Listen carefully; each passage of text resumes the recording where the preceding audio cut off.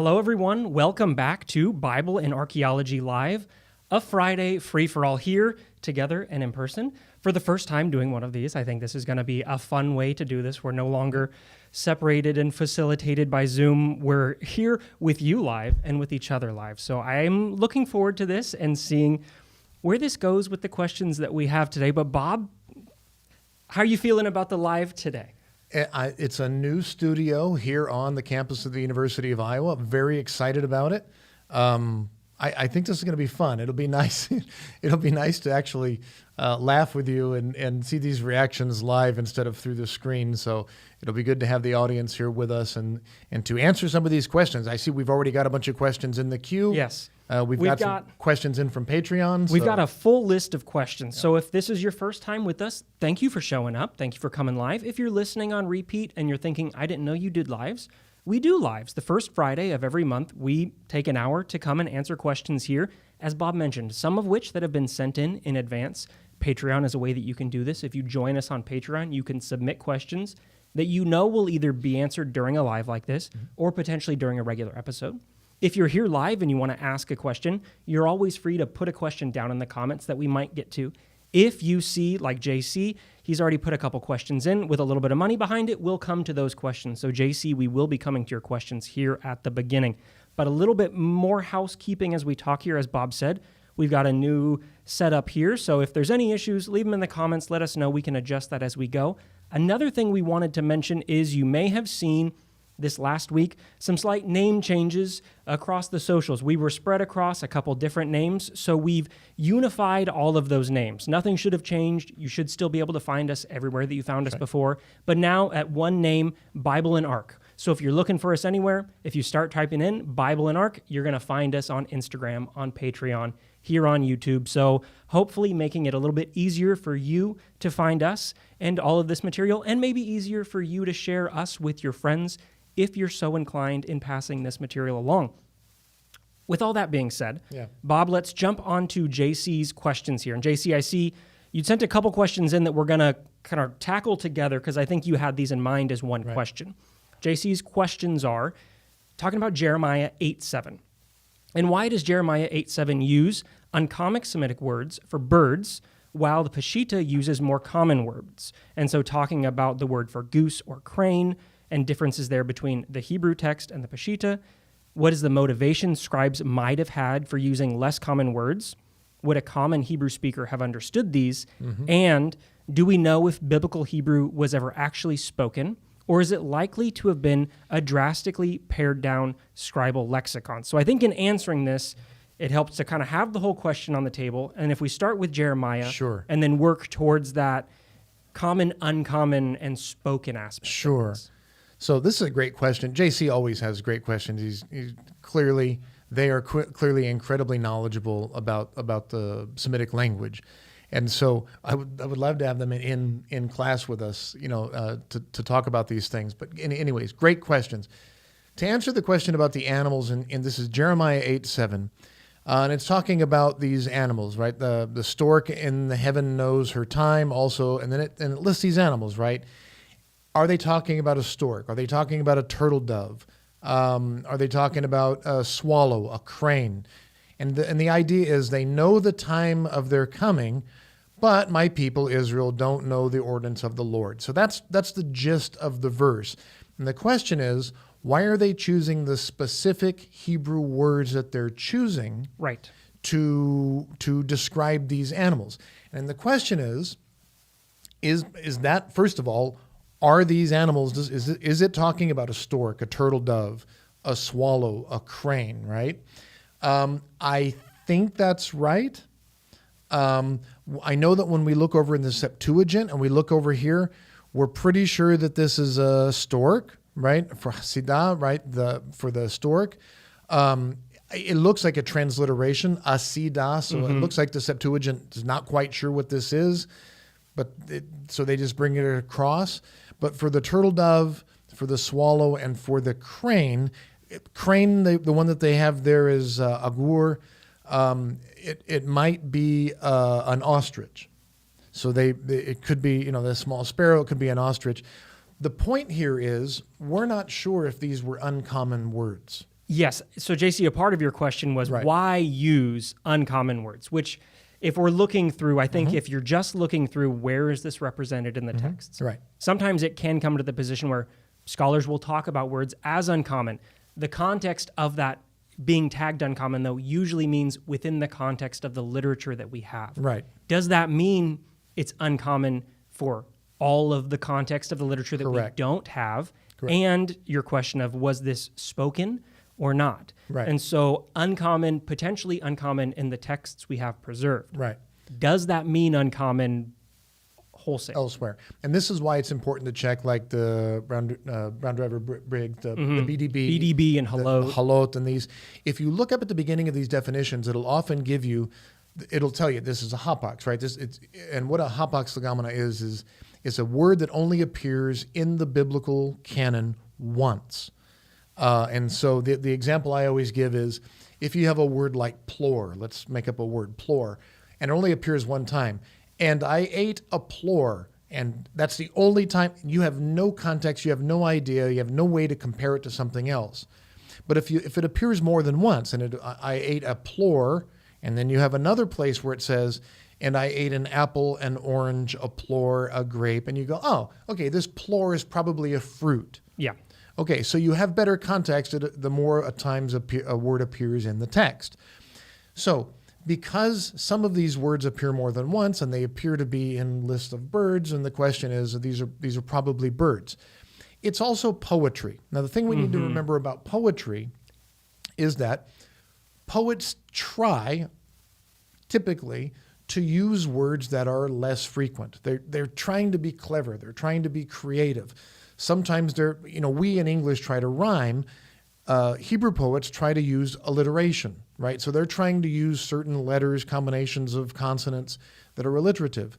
So it's not necessarily that they're uncommon words, but they're trying to use certain words that will be alliterative in their poems.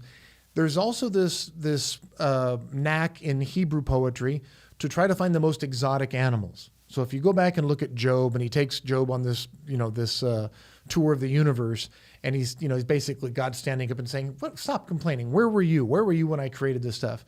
And he's not going to say like, "Tell me about the dog. What do you know about the dog? What do you know about the cat?" He doesn't do that. He's going to take him on the strangest and tell me about the ostrich. Why is the ostrich the way it is, right? Tell me about the hippo. Tell me about the alligator, right? You have Leviathan and Behemoth and all these things. So you're going to get this penchant for strange animals, odd animals, and it's not necessarily that they were infrequently used words, but because it's in poetry, like poets today, they might be reaching for words that are, you're reaching for the thesaurus. Okay, what word could I use instead of very? Because you're writing it's poetry. Yeah. You're trying to flex your skills as a writer, Right. and reaching for those more exotic words or descriptions. A lot of it is visual. You're trying to cast the mind's eye around to other things. So how common, I think, then it opens that question of how common would these words have been? If we're talking about poetry in the same way that if you read poetry now, some poetry is written in the way that this wants to imitate regular speech, that this sounds like anything you'd hear walking down the street. Right. Other poets try to reach for more elevated speech or use the style of that to message to you, That's right. I'm doing something different. So Jeremiah may be bringing forward words that are common, but then become unknown later on. And so maybe why a different word gets used is because a scribe comes to that and says, I might know what this is, or like the Septuagint, maybe I'm not totally sure what this is, and we can transliterate, or we can say, I think I know where we're going. In order to preserve your meaning, I'm going to present another bird that the audience does know. What's important here is it preserving everything that was written in a way that nobody can understand, or allowing the audience into the message as best as we can. Correct. And because the context is these birds preserve the time of their coming, meaning they're probably migratory birds. These are birds that will come to one place for a part of the season and then they'll leave. And they know to do this instinctively. So that they're probably, even if we're not sure exactly what they are, some of them we know from other contexts, right? So even though they might be a hapax in the biblical canon, we might know them from an Aramaic cognate. We might know them from an Aramaic inscription or from an Akkadian inscription or something. So there might be something very similar in one of these other languages. And we go, okay, it only appears in the Bible once or twice, but we know it from another language. But these are migratory birds, so this is probably the best solution for this. Now, as to the question of was biblical Hebrew spoken, I think yes, absolutely. Not just because this was the language that was written down. Does it differ from epigraphic? It changes. It changes, of course. All languages change over time, and we see that. If you look at the history of the Hebrew language, right, you just look at it, it goes from an archaic Hebrew to a standard biblical Hebrew to a late biblical Hebrew with all kinds of Aramaic influence on it. Midrashic Hebrew, Qumran Hebrew. We see, obviously, an evolution, just like we see an evolution of English, right? We see the language evolve over time. But the other way that we know that the language was spoken is, and if you take Hebrew 3, Hebrew 4, is the linguistic influence on the language. And that is, for instance, let's say the way that certain letters quiesce or that they fall out, the way that a noon will fall out or will be added for certain, the energic noon, right? It will be added for the way that certain letters will metathesize, right? So the shin, tav, metathesis in certain letters, because even though it's grammatically supposed to be written a certain way, the way that it's spoken, it just doesn't sound right. And so naturally, we will transpose certain letters, and that just becomes a natural part of the dialect. And what I'm trying to say is that even though it's supposed to be written one way, we naturally speak it another way, and the way that we naturally speak becomes the way it's written. So the shin and the tav in a hishtafel instead of a hitpael, that becomes the rule of the grammar because it's spoken. Because of the way, it's more natural to say hishtafel instead of hitshafel, right? Because that's more natural, we just changed the grammatical rule. And we see it in print because it's being spoken. And that's one piece of evidence that we know that biblical Hebrew is being spoken. So JC, thank you for your questions. If you're sitting there and you're feeling like, I feel overwhelmed by Hebrew grammar for a moment, thank you. It's a lot, but it's worth studying, especially if you have questions about these kinds of things. Right. Getting into some of those technical specifics, we like to wander into the weeds of the language at times. So JC, thank you for your questions. I want to jump to a question we got about a video that, if you're listening, you've probably seen somewhere on TikTok or Instagram. Mm-hmm. The question is, I saw a video that said the line from Adam to Noah was 10 generations, and that if you write out the Hebrew meaning of each of the names from Adam to Noah, it forms a prophetic statement that summarizes all of Scripture. Is this true? So if you've been on TikTok, you might have seen this video that goes through in the genealogy provided in Genesis 5 and in 1 Chronicles 1, looking at Adam, Seth, Enosh, Kenan, Mahalalel, Jared, Enoch, Methuselah, Lamech, Noah. It provides for those names a chosen meaning.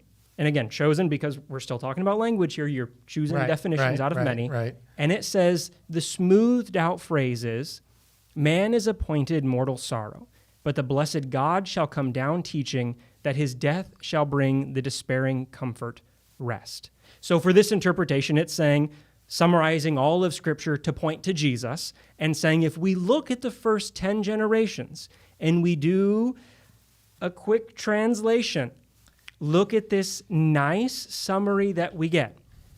Bob, initial reactions to this question and this translation?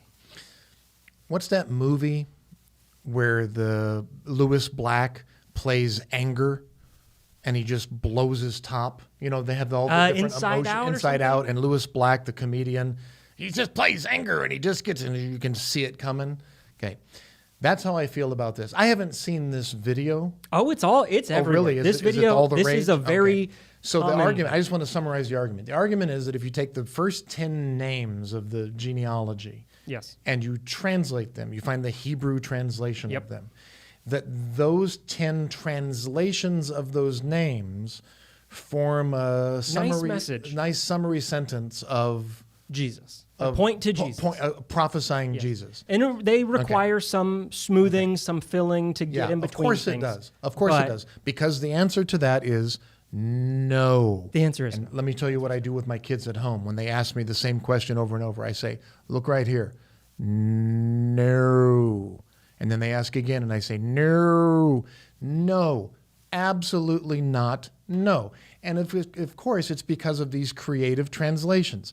Again, you're saying that the names of the first Hebrew people, right? The first people that are, and the names in their translation, and then you have to have a certain translation. By the way, these names mean different things. These names have multiple meanings. So you choose a particular meaning, and then you massage it gently into something, into a narrative that predicts somebody that's not going to be around for thousands of years later. Well, and also how convenient, in right? these names, it does line up if you're looking at the genealogy from Genesis 5 or 1 Chronicles 1. Right. But in both of those, say step back from Genesis 5 to Genesis 4, it talks about, oh yes, this person begat this person, among others. And we get some names where it's, okay, we go from, in this list, Adam to Seth, jumping over Cain and Abel. Right, of course. So we do have other names that come in that don't fit, that we're not going to argue, because it says, well, in this genealogical listing. Right. As if genealogical listings are the most secure things that never get fiddled with. Genealogies are very fungible. They're always getting pushed around because it's how you establish yourself. And why should you listen to me? Well, look at my line. Look at how I can trace myself Look at my pedigree. back. So the genealogies can be squirreled with. So the short answer, no. The very short answer is no. But also, goes back to this old Bible code thing. Yes. This is just creative reading of the text in ways that it was never meant to be read. And in order to do it, you have to skip certain names, and then you have to make creative interpretations of those names, and then you got to fill it in. And my argument is you can do that with any set of names. You can do that with any group of names, and you can just make it up. You can do, okay, so let's play first 10 presidents of the United States. Okay? So first 10 presidents of the United States. George Washington, John, Thomas, James, John, Andrew, Martin, William, and John again. A lot of Johns. A lot of Johns, okay? So George means farmer. John means God is Yohanan. God is gracious. Thomas means twin. Thomas Didymus, right? James means it's Yaakov. It's the heel grabber. It's the supplanter, right? Then you have another James, and you have another John. Andrew is a manly man, right? Then you have Martin, which comes from Mars, right? So man of war, from Mars. And then you have William, which is a resolute protector. And then you have John again. So you take the first 10 presidents of the United States, and I can make a sentence that says, to a farmer, God is gracious. To his twin, a supplanter will be supplanted. And God is, yet again, gracious. To a manly man, a man of war, a resolute protector, God is gracious. See, the first 10 presidents are God ordained, and God loves America, and America is great, and God's so gracious, and this was all No, it's not how it works. You can make these things say whatever you want. As a Monday morning quarterback, you look back and you say, how can we make this say something that we want it to say? That's not how the Bible works. That's not how prophecy works. That's not how translation and interpretation works. So no, stop it. That's all I have to say. No, I think that's a fair answer on that one. And it comes back to picking and selectivity at times in that one. Yeah. Let's leave names and translation aside to jump to a different pre-submitted question here that we got from Calvin. Okay. And Calvin's question is going to move us into the New Testament. and Jesus' miracles. Calvin's question is, why does Jesus use spit in 3 of his miracles? So this is talking about, they provided the references they had in mind. Sure. Mark 7:33, Mark 8:23, and John 9:6. And as a part of this miracle, Jesus uses spit in some fashion in the act of healing the individual. So why spit? Yeah. So, I mean, we've talked about this one a little bit before. Why does Jesus use spit to heal someone? You know, I asked a colleague this in the hallway one morning. I said, why does Jesus use spit to heal somebody? And like 3 people came out. They thought I was starting to tell a joke, right? They thought this was the beginning of a joke. And, you know, and they came up with some jokey answers. But the truth is that spit has, all the way back into antiquity, been associated with healing properties. And if you think back to Luke 16, the story of the poor man Lazarus who's sitting at the gate of the rich man, he's sitting outside, and it says he was so poor that even the dogs came to lick his sores.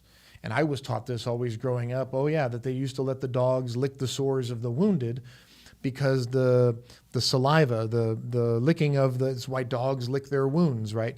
Saliva has certain bacteria in it that will assist, has certain bacteria that will begin breaking down food.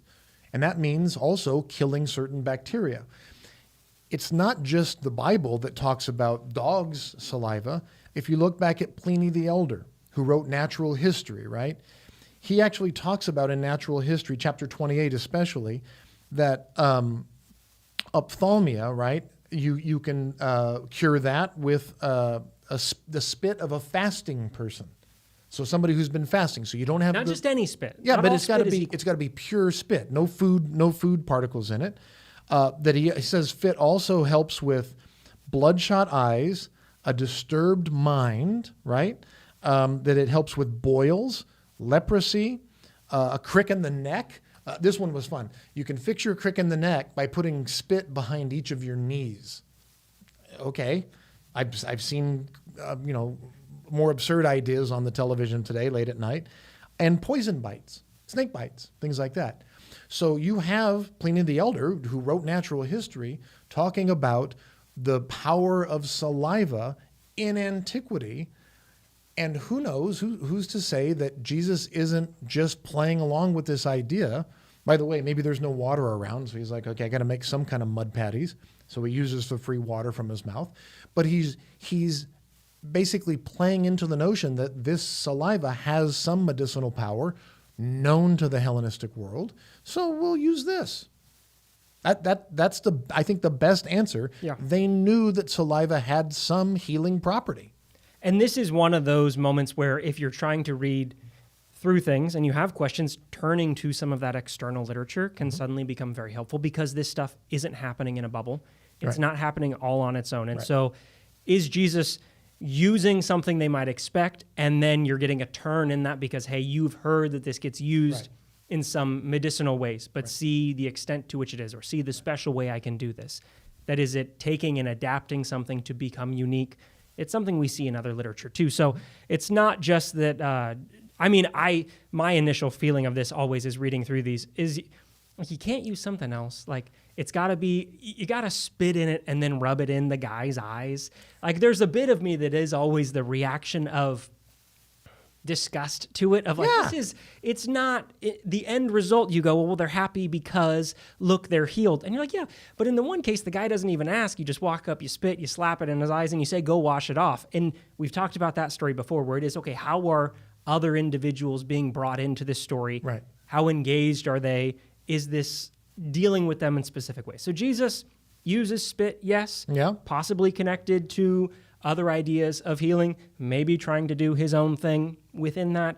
Also, you have 2 of them in Mark, so Mark is obviously a fan of the spit healings here. Right. John gets one of them. So do we know everything why? No, but something's going on with the spit. Probably connected to others. And, and the guy's blind. He can't see, how he's curing him. All he No. knows is that he's curing him. I know I get, and this is the moment of like, if you're the friend of the blind man sitting there, Right. after when he goes, how did Jesus heal me? You're like, You're okay, like, well, So what happened was he spit on the ground, and then you're like, why you couldn't do? There's no water. Just tell dry me. dirt doesn't work. No. It worked. It worked. Maybe leave that out next time. Yeah, he did some things. Yeah. He got some dirt and he put it on your eyes, and you're okay. So don't ask questions. He had some Hava. He had some Noxema.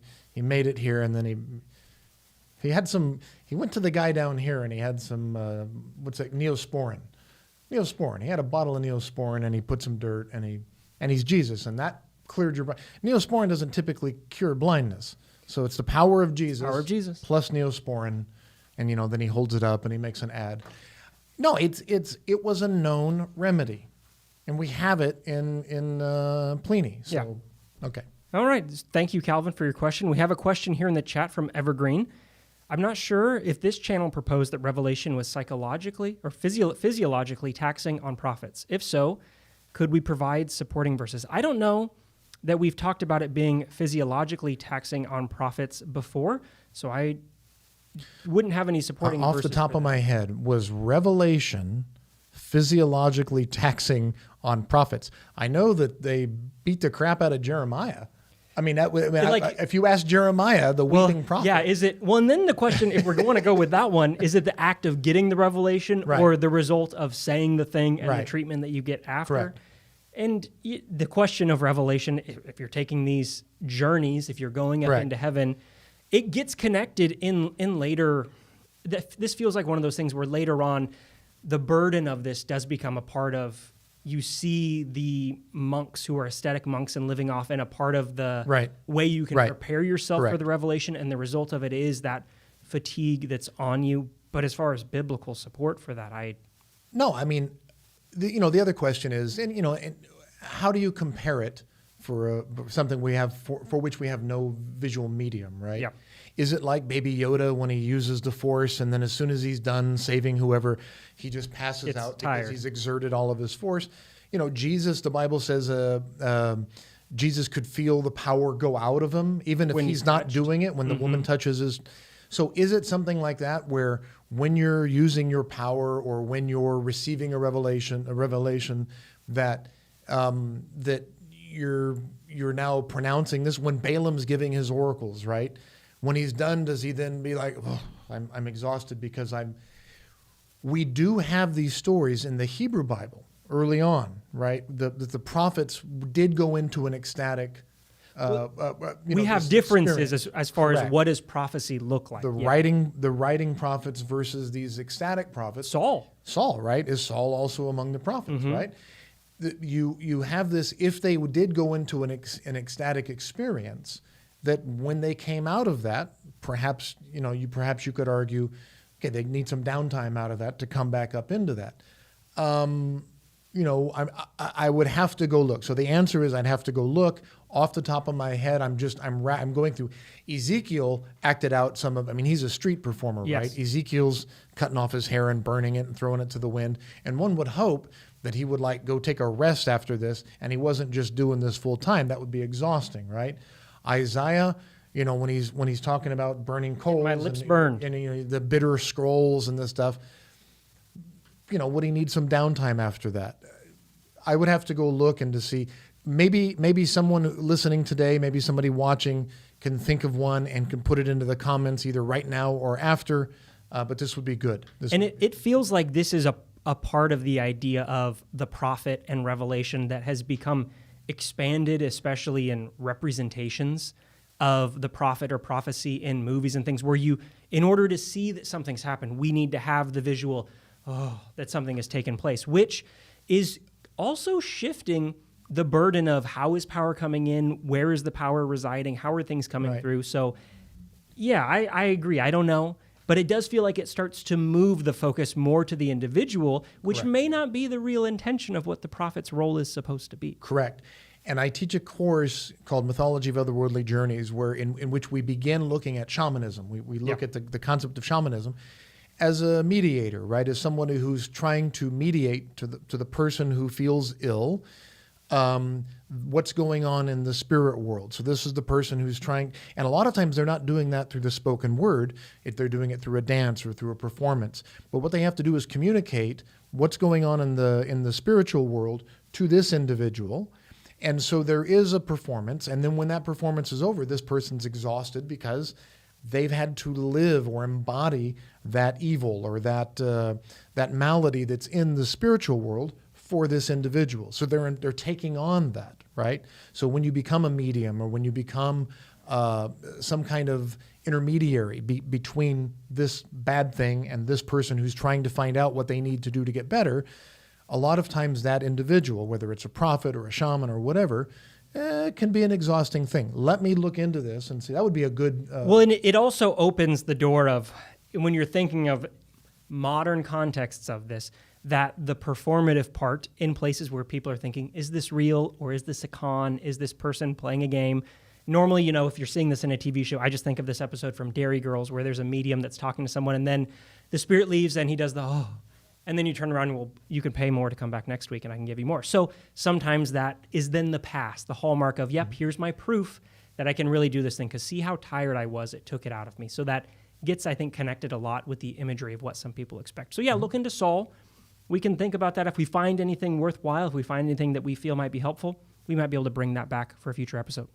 I think Constellation Pegasus has an important... Yes, so Constellation Pegasus here, talking about our interview with Peter Miller regarding demons. And the concern of, didn't a lot of that come from the Babylonian exile? And there was no mention of it in emphasis at all. So this is a point when we were talking about this, when I was working on this with Peter, of how do we want to frame this? Because we're moving through a lot of periods of time. Correct. And so in that conversation, we didn't really talk about the Babylonian exile and looking more at an introductory phrase of what's happening here, where do we see this?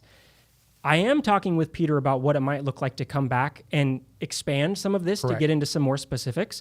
So Constellation Pegasus, that was something we were talking about, especially in looking at individuals like Lilith, of some of these names, that talking about the influence of the Babylonian exile, bringing that into that conversation to help expand some of that. We were hoping that it would be, the general introduction of what's here and what's not here, because a lot less is there than what people expect sometimes. Correct. And just so that you are aware and so that all the viewers are aware, we fully acknowledge that most of this stuff is written down, compiled, redacted in the exile or in the post-exilic period. Right. We also acknowledge that a lot of this stuff, not only was it redacted and edited there, but a lot of these stories, especially the early stories, are supplied, let us say, from this exilic period, meaning we have a question of whether or not they were historical, whether or not they actually took place. We're happy to acknowledge that. This is how we teach it here at the university. But for that introductory, usually in our introductory videos, those introductory videos are like, what does the text say and why does it say it? And so, and later on, and especially with Professor Miller, his expertise is in not only in the Second Temple period, but even much later in these late Second Temple and even on into the medieval period of the reception history of these traditions. And when he teaches his demon class, that's what he does in class. So yes, a lot of these demon traditions come from there, but there were demon traditions earlier as well. And the question is, can you find these strings? Can you pull them through? How do these strings grow? How do these traditions grow through time? And the truth is, there was Babylonian influence before the exile as well, right? These traditions came in from Mesopotamia. They came in prior to the exile. Were they confirmed? Were they edited? Were they redacted and written down during the exile? Of course, and that's where they take their shape and their form. But were the stories of ancient Israel heavily influenced by Mesopotamian mythology prior to that? Absolutely. Yeah. And this is, I think, as we're talking about the influences in exile, it's worth noting that, as you're saying, there's the influences before and then the influences in, and trying to pull those threads apart and say, well, we're going to place this period of influence here and this, that starts to get complicated and opens up the doors of overreading influences. And this can lead to some of the position that when we talked about Witch of Endor, the medium of Endor, the necromancer of Endor, that the question of, are you leaning into the everything is connected and mythicist view, and overreading the what is it called? It's the parallelomania. Right. That I see a parallel, and so there must be, Correct. and now I'm establishing a connection. Correct. And sometimes in some of these texts, we do seem to see the support. If you're looking at something like the flood, that there's support and parallels, but also in that polemic. Right. That everything isn't a one-to-one, and sometimes it gets flipped, it gets inverted, it gets reversed, it gets replaced, Correct. which opens that door up. So looking at parallels or polemics or influence can become very complicated. Right. And so in trying to balance both the introductory nature of some of that and the nuance Right. nature of that.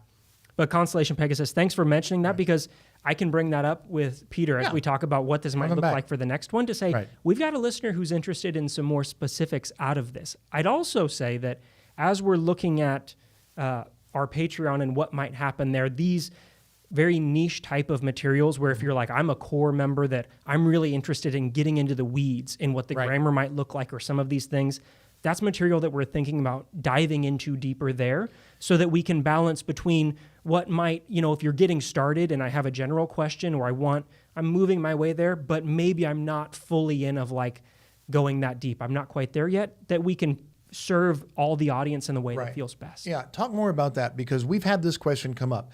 Some folks, JC, Constellation Pegasus, these are incredibly knowledgeable viewers. These are our allies. They're our friends of the channel. These guys really know their stuff, and they like to get way down into the weeds on verb stems and they know their stuff. And so when we spend time answering their questions, a lot of other people who are watching say like, okay, that's really technical, and I'm not really ready for that level of stuff. What we've been considering is taking that niche, that very deep technical, those things, and moving that over to Patreon. And so we'll mention it here, we'll answer the questions here, but then maybe we'll take an hour or some questions over on Patreon, and then if you want to join us there, we'll answer those technical deep questions, and we'll leave our Friday free-for-all for more general popular questions. Yeah, and this is something that we've been in talks about for a little while of rolling this out of what do we feel like the audience is looking for and need and how. And so stay tuned. We'll give you updates when any of this material changes. And if we're going to say, hey, we're going to roll this out, we'll make sure that you're aware. Right. Because we want to be able to answer those questions here for you. If you're asking now, we're happy to answer those questions now.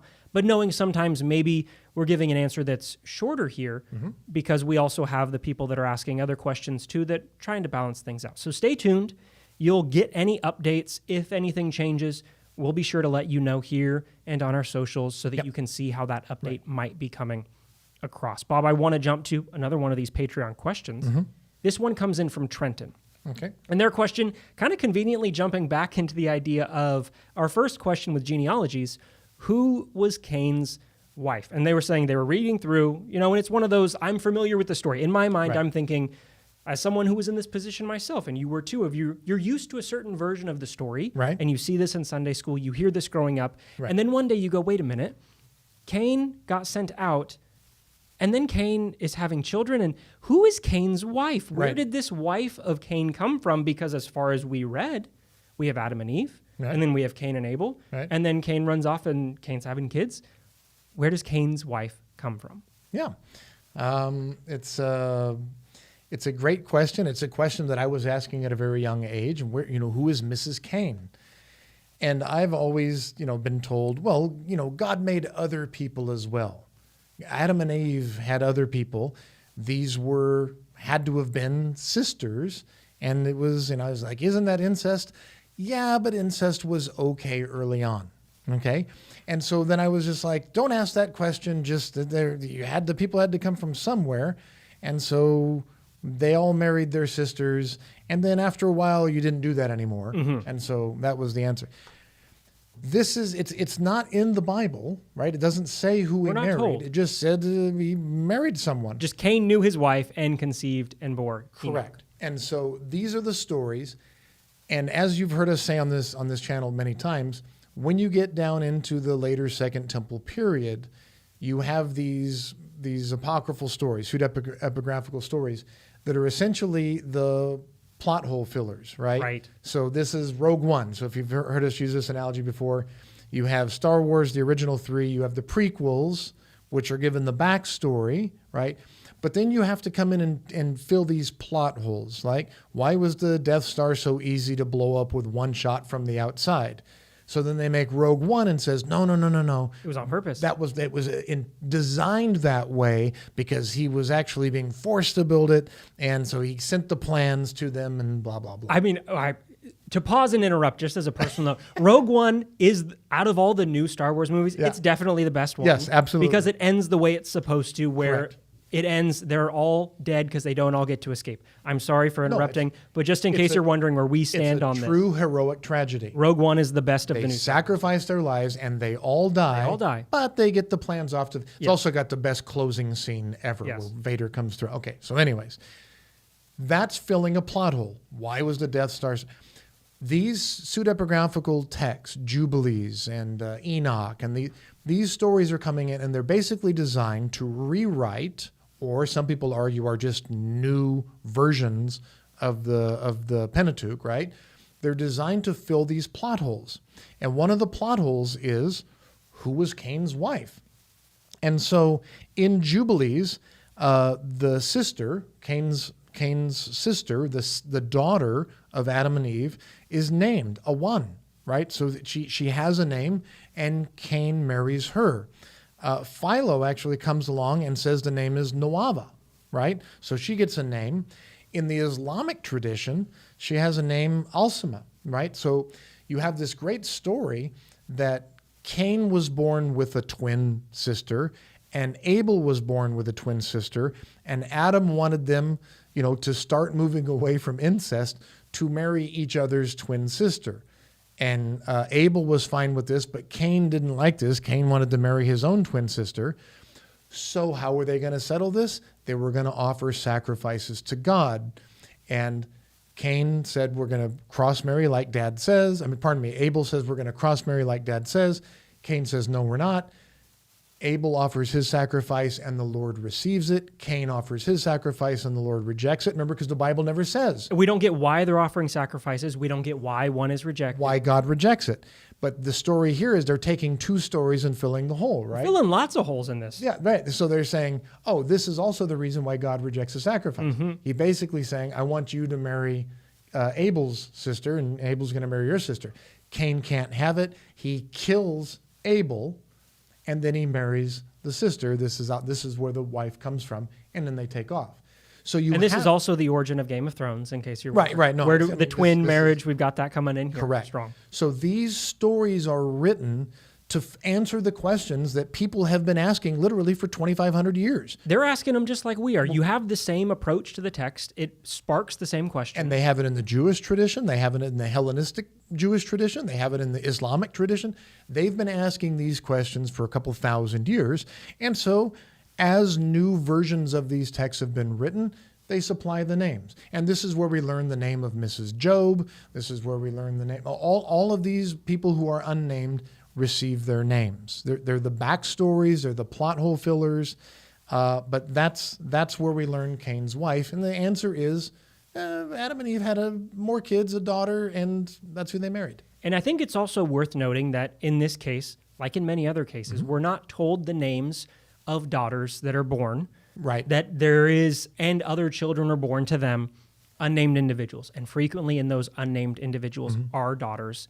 And when we do see daughters getting named, it's usually because there's something that's going to happen later where you need to know the name of this individual. And sometimes it's not a good thing that we're seeing that individual get named. Sometimes it's because they become very important for the narrative, usually for someone else. So the unnamedness of the daughter here fits within the genealogical concerns. And here's a fascinating little tidbit, a little side note. In the Hebrew Bible, sometimes they want to offer a name, but what the person did was so despicable or so unrighteous, they give them a very specific name, Poloni Almoni, which is the way of naming someone without naming them. Poloni Almoni literally means Mr. So-and-so. Mr. So-and-so. Yeah, it's like this no-name guy, right? And so Poloni Almoni, I used to own the URL. I used to own polonialmoni.com.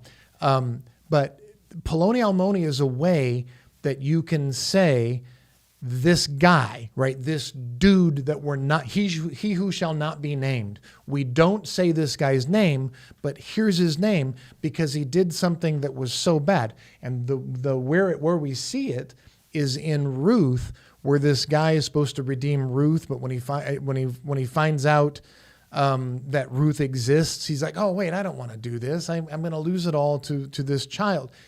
He's like, no, you redeem her. And that's considered such an unrighteous act that they don't give us his actual name. They just call him Poloni Almoni. And so there's this tradition in Hebrew where you might name someone, but what he did was so bad, they just call him Mr. So-and-so. So now you know. Where did Cain's wife come from? Sisters. Sisters. There was never such a devoted sister as Cain's sister apparently was, if that is the origin of this. We're almost in the Christmas season. Yeah. If we sing this too much, though, we might bring the snow because it is suddenly like 30 degrees in Iowa City. Iowa. And so, if you want all of the seasons back-to-back days. You moved to Iowa a couple days ago. It was like 80 degrees. Mm-hmm. Today it's 30 degrees. You can get it all. You can have it all. You just got to move to Iowa. If you don't like the weather, wait 5 minutes. Yeah, wait 5 minutes, and then you'll either be boiling hot or freezing cold. Mm-hmm. Another question that we got from Patreon, Bob, before I see we've got some questions from JC we'll jump to before we wrap up. Mm-hmm. This question comes from Mason and is about the Septuagint. Mm-hmm. Why does the Septuagint get talked about as one text if it didn't happen all at one time? That's a good question. Great question. Yes, the Septuagint was translated from about 250 BCE. This is when the first 5 books, the Pentateuch, the Torah, is being translated, all the way down into the first half of the 1st century BC. So it's translated over 100 and something years, right? Starting with the most, the Genesis and Exodus and Leviticus, all the way down through like Daniel, these late books.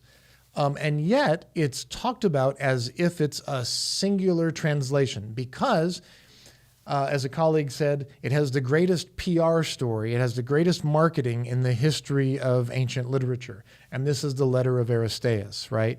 You have this false story. It is a forgery. It is a fake story that talks about how the Septuagint was translated by 72 men, 6 men from each of the 12 tribes who go off in pairs and who are tasked with taking the Hebrew text, all of it, and going off and in 72 days, 72 men in 72 days, translating the text.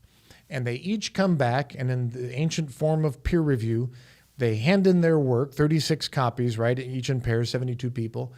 And the idea is that each of these translations were word for word, letter for letter, perfect. They were identical to each other. And that's how you know the homework. They didn't cheat. The homework was all good. And they were identical. They were perfect translations. And so they pronounced that these translations were so perfect that no one should add to them or take away from them. This is obviously ordained. And that's the story that we have. It's got a lot of filler in there and stuff, but that's the story. Now, this is clearly false.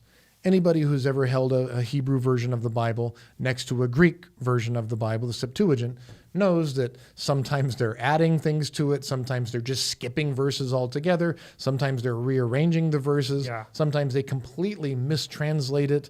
I think the gap part of it is something that a lot of people, they're maybe more familiar with the idea that they're not comfortable with the word, but the thought that like there are significant portions of text sometimes.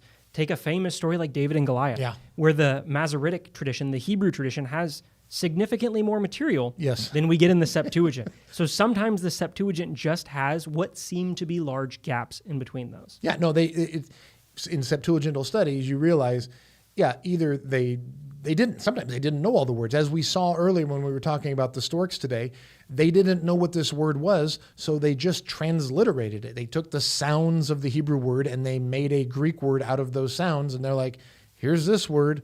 So they didn't know what they were doing. By the way, take 2 copies of the Septuagint and hold them up next to each other and see if they match. They don't. So you have this false tradition, this story about how the Septuagint was translated, and it's designed to do 2 things. One it's designed to say, how can we trust the Greek translation of the Bible? So for Jewish individuals in antiquity, this is God's holy word. They believed that the Bible, the language that was spoken when God created the earth, was Hebrew. They think this was the first language on earth. This is God's holy word. It's written in Hebrew. How can we trust anything written in Greek? There's no such thing as translation without interpretation. Mm-hmm. How can we trust this translation? So they needed a story that would convince folks, no, this is a perfect translation, the first one ever, right? It's a perfect translation. And look at how they did it. 36 different pairs come back with a word-for-word, letter-for-letter translation. But the other reason is that in the story of Letter of Aristeas, this is supposed to be that this is the Library of Alexandria. This is the Ptolemaic king down there, Philadelphus II. Ptolemy, one of them. Yeah, one of these guys. And he wants all of the great literature of the world in there. And somebody comes up to him and says, have you considered putting in the Jewish scriptures, the Jewish holy book? And he says, no, I've never even heard of these things. And he goes, oh, you should. It's very smart, very wise, right? And he's like, how is it? You have this great famous question. How is it that none of our great philosophers or none of our great historians, right, these Greek historians, Greek philosophers, have ever even heard of or even cited this literature? And this is embarrassing for ancient Jewish individuals, right?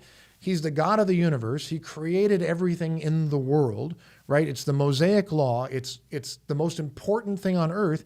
And no one outside of ancient Israel, no one outside of Judaism has ever heard of any of this stuff. That's kind of embarrassing. So you have this story that explains how this was revealed to the Ptolemaic king, to the Pharaoh of Egypt, right?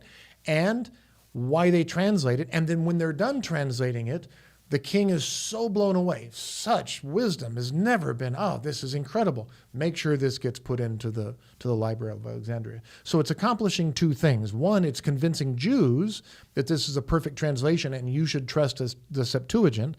By the way, that did become the de facto Bible of most Hellenistic Jews of the time. It's the one that they could read. And number two, it's an apology. It's trying to explain why no one else had ever heard of the Hebrew Scriptures outside of the Jewish faith tradition.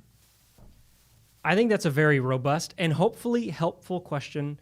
So Mason, thank you for your question. Bob, thank you for your answer. JC, I see we have a couple questions here that I think are probably going to require a little bit of research and then a return. Homework.